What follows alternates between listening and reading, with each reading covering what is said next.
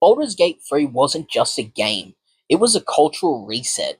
It won Game of the Year, broke records, and proved that deep role-playing RPGs still have a massive place in modern gaming. But here's the catch. Larian Studios has already said they won't be making Baldur's Gate 4, so if the torch does get passed, how do you follow up a masterpiece? Today I'm diving into a theory of how BG4 could learn from its predecessor, where it could expand, and how it might become the RPG of the next decade. Baldur's Gate 3 redefined choice. From romancing a vampire to unleashing illithid powers, the player was constantly faced with not just decisions, but consequences. So for Baldur's Gate 4, the challenge isn't just copying that formula, it's innovating without breaking what already worked.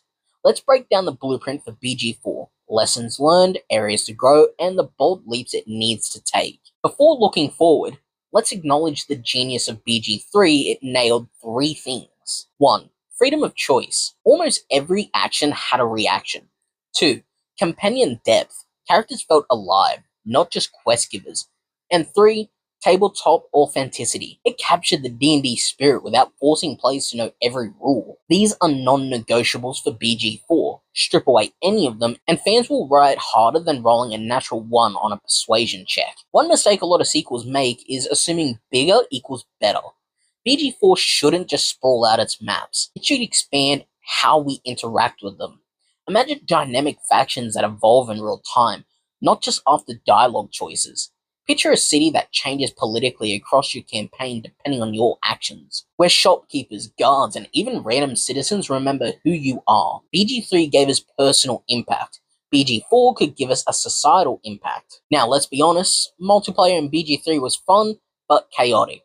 Baldur's Gate 4 could turn it into a true cooperative storytelling engine. Imagine branching storylines that only unlock through party coordination, or dialogue options requiring player-to-player persuasion roles. That way, every co-op run feels like a campaign written for your group, not just a single-player story with 4 people clicking on different NPCs at the same time. BG3 gave us great combat, but BG4 could expand roleplay in unexpected areas. What if downtime actually mattered? Building a guild, managing resources, or shaping the culture of your adventuring company. These systems don't need to turn into full-blown strategy games, but small touches of world building would give players huge reasons to replay beyond just combat. The story is the soul of Baldur's Gate.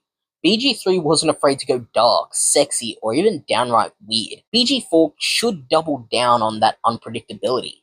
Give us villains who don't reveal themselves right away. Let us fail quests in ways that permanently alter the main story. Or, wild idea, let a campaign continue even after your game over moment, forcing your party to live with the fallout. That's the kind of narrative risk that turns a great RPG into a legend. Another key, mods. BG3 community has already proven how hungry players are to tinker. For Baldur's Gate 4, official mod support shouldn't be an afterthought. Make it easy, make it accessible, and you're basically guaranteeing the game's lifespan lasts a decade.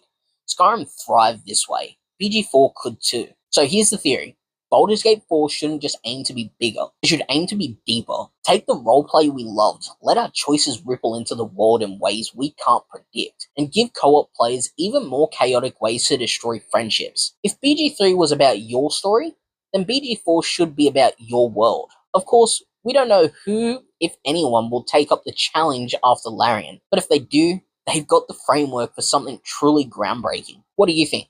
Should Baldur's Gate 4 keep the formula tight, or take bigger risks with world simulation and storytelling? Drop your theories in the comments because this one adventure, I think we're all dying to roll initiative on. If you enjoyed this theory, hit that like button, subscribe for more RPG deep dives, and hey, don't forget to check your saving throws. You never know when a mind flare might be lurking around the corner.